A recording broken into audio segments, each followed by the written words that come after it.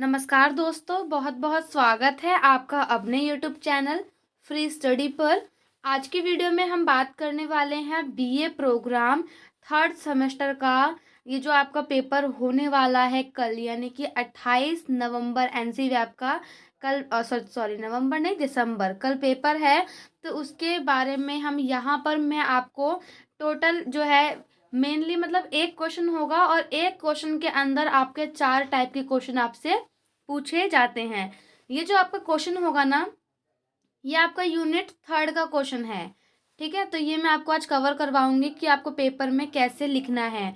और इसी टाइप की बहुत सारी वीडियो हमारे चैनल पे अपलोड हो गई है। सोल वालों के लिए भी हिस्ट्री की बहुत ज़्यादा अपलोड कर दी थी, तो वो आप देख लेना।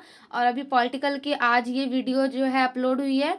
इससे पहले भी 3-4 वीडियो अपलोड हो चुकी है, उनको भी आप ज़रूर देखना, ताकि पेपर में आपको कैसे लिखना है आपको पता लग जाए। वीडियो को स्टार्ट करने से पहले आपसे एक ख्वाहिश है कि आप प्लीज़ चैनल को सब्सक्राइब कर दीजिए और वीडियो को लाइक कर दीजिए। तो चलिए देर ना करते हुए स्टार्ट करते हैं अपनी वीडियो को।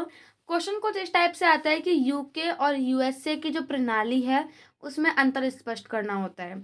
इसको घुमा के भी बोल सकता है कि अंतर स्पष्ट कीजिए। इस टाइप से लैंग्वेज थोड़ी चेंज हो सकती है, तो उसके लिए आप प्रिपेयर रहना। इसके अलावा आपको पता है कि यूके में संसदीय प्रणाली है और यूएसए में अध्याशात्मक है। तो आपसे ये भी बोल सकता है कि संसदीय प्रणाली और अध्याशात्मक प्रणाली के बीच में अंतर स्पष्ट करो।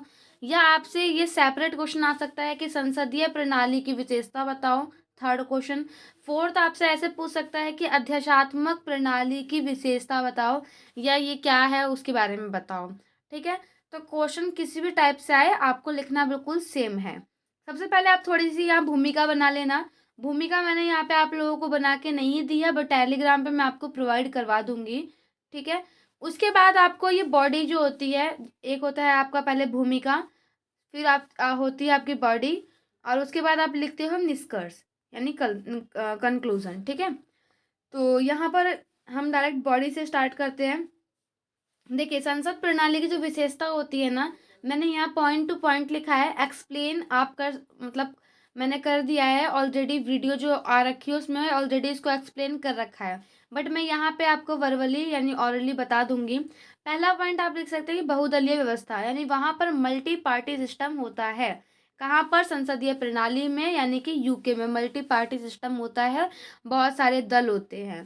साथ ही वहाँ पे विपक्षी दल की भूमिका भी होती है, क्योंकि अगर हम बात करें चीन की, जहाँ पे एकात्मक व्यवस्था होती है, वहाँ पर कोई भी विपक्षी दल नहीं होता।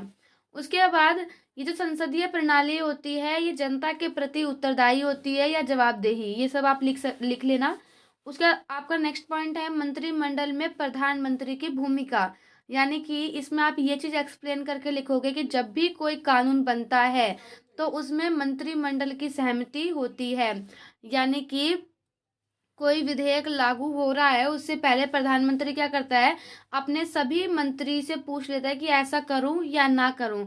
लेकिन अगर हम बात करें आपका अध्याशात्मक में, तो इसका ठीक अपोजिट है, वो मैं आपको आगे बताऊंगी। तो यहाँ पर आप इस पॉइंट में मंत्रिमंडल में प्रधानमंत्री की भूमिका में ये लिखोगे।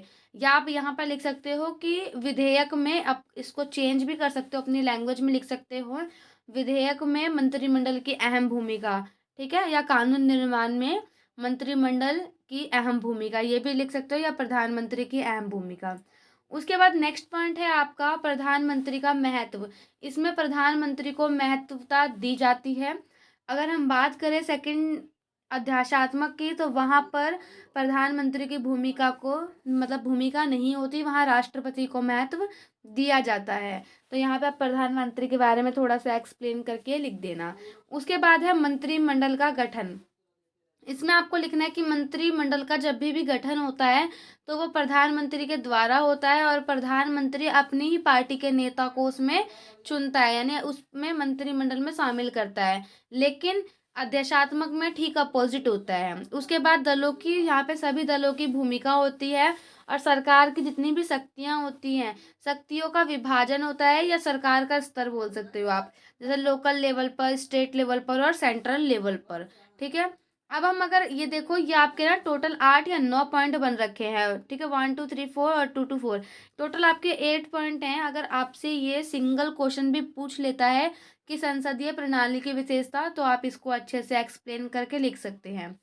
अब यहाँ पे हम देखते हैं सेकंड आपका है अध्यक्षात्मक की विशेषता। अध्यक्षात्मक जो है वो यूएसए में है। इसकी भूमिका मैं आपको प्रोवाइड करा दूंगी, नहीं तो आप ऐसे भी लिख सकते हैं कि यूएसए में अध्यक्षात्मक प्रणाली है। और आपको सभी को पता है कि अध्यक्षात्मक का दूसरा नाम जो है वो होती है राष्ट्रपति की प्रणाली, यानी राष्ट्रपति व्यवस्था। उसमें जो है राष्ट्रपति का ही शासन होता है, राष्ट्रपति को अहम भूमिका दी जाती है, कोई भी वहाँ प्रधानमंत्री नहीं होता। साथ ही वहां पे आपको देखा था मल्टी पार्टी सिस्टम था, बहुदलीय थी, और यहाँ पे सिर्फ 2 ही दल होते हैं।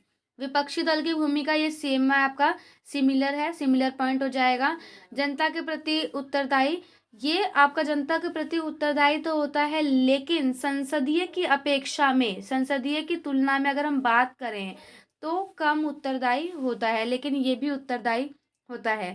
साथ ही मंत्रिमंडल में राष्ट्रपति की क्या भूमिका होती है, जब भी कोई कानून आता है तो वो कानून राष्ट्रपति लागू करता है, और उसमें मंत्रिमंडल की भूमिका होती भी है, नहीं भी होती, बराबर होता है, क्योंकि वो मंत्रिमंडल से नहीं पूछता, मतलब दिखाने के लिए पूछ लेता है, लेकिन अगर मंत्रिमंडल बोलते हैं कि ये चीज़ सही नहीं है, लेकिन राष्ट्रपति क्या करता है, सिर्फ अपनी ही मर्जी चलाता है, उसकी मर्जी का शासन होता है। तो यहाँ पर मंत्रिमंडल की जो भूमिका है वो कम हो जाती है संसदीय की अपेक्षा में। उसके बाद है राष्ट्रपति का महत्व। यहाँ पर राष्ट्रपति का ज़्यादा महत्व होता है, सारी ही शक्तियाँ, सारा शासन राष्ट्रपति के हाथ में ही होता है। उसके बाद है मंत्रिमंडल का गठन। देखिए, जब भी वहां पर आपने देखा होगा मंत्रिमंडल का गठन होता है तो वहां पर उसी पार्टी के नेता शामिल होते हैं, उसी पार्टी के नेता।